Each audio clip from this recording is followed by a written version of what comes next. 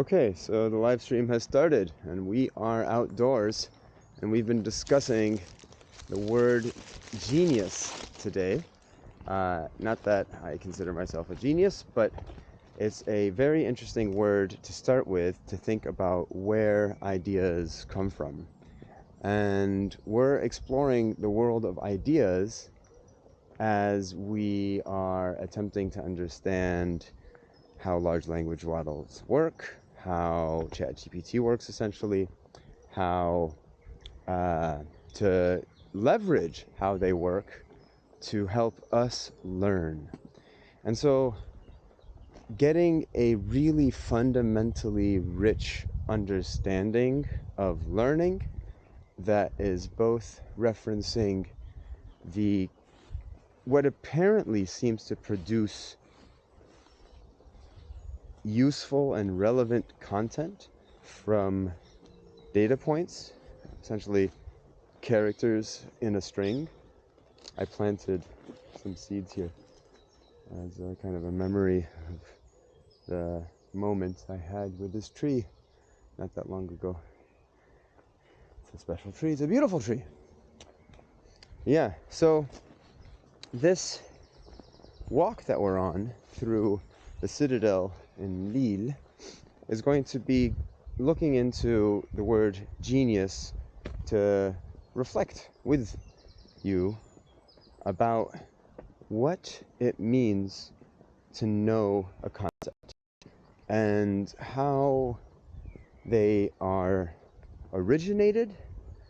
I'm reading a book called Surfaces and Essences right now, and the book's about essentially the idea that everything is an analogy, including words like much.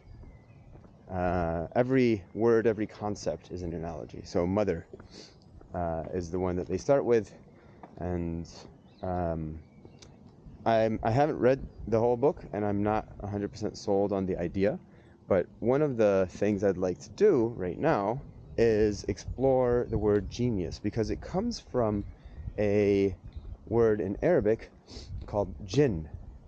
And a jinn is a creature in the unseen realm made out of fire that lives and cohabits with us on this beautiful planet and has the ability to engage with humans sometimes. Just like some humans, it appears, at least from the Muslim perspective, it's considered possible, have considered jinn their allies or worked with them. For instance, the Prophet Suleiman, who was also a king, Solomon, Shalomo, was able to speak with the jinn and to employ them in his army. And what's interesting about the word genius is that it connects to the word jinn because the jinn have access to the unseen realm because they are made out of fire, they're in an alternate dimension, and so they give people what is normal information for them surprising information. So potentially they could travel really quickly, they're made out of smoke, they can go through walls, I don't know exactly, but this information makes people feel surprised and wondrous at the knowledge that somebody has. And so they would be considered that they have a jinni with them. And so they're a genius, okay? We call them geniuses. But, and the other thing about the word genie,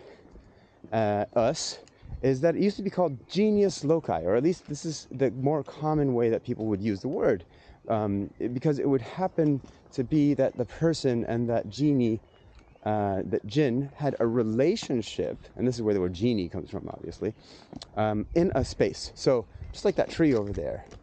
And it's so interesting to think about the muses in this way, about inspiration in nature, about going out into places and getting that surprise, that aha moment, about traveling even inwardly with your eyes shut and exploring space.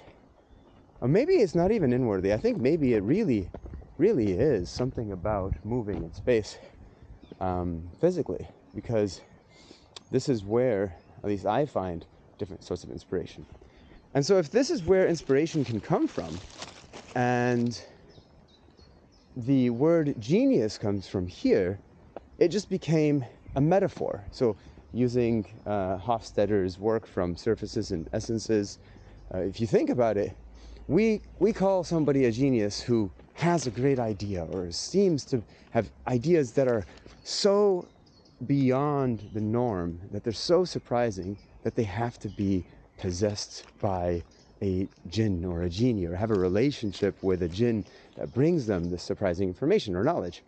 And then it just, all that like jinn stuff goes away, even though we keep the word jinn and genius, and you just talk about how incredible their knowledge is. So this is clearly a metaphor that has turned into a word.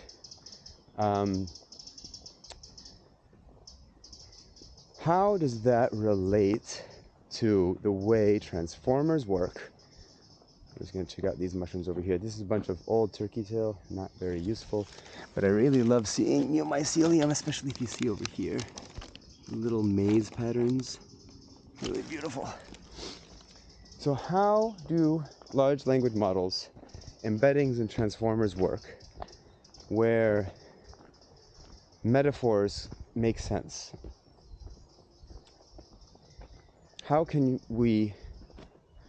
Why is it so good at making analogies? And this is one of the things that I think is really important for learning.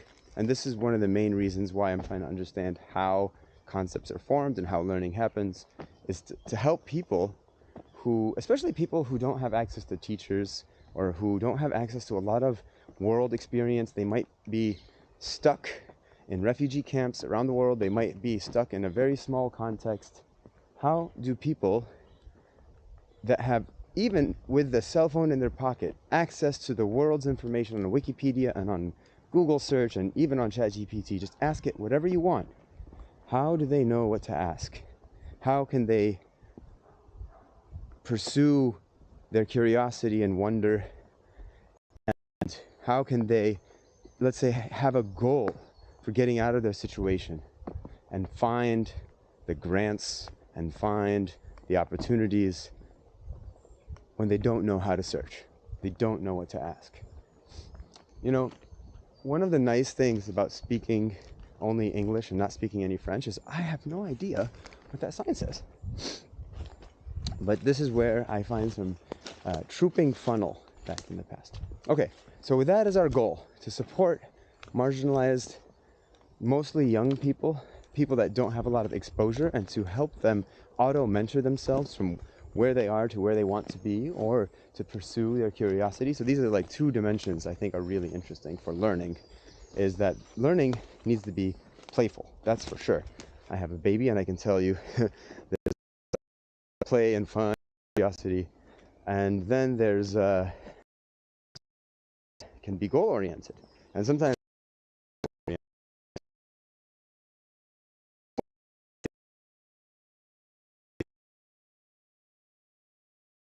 as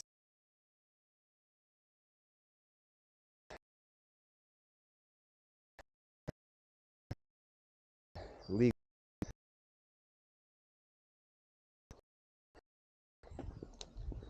So in the embedding space, you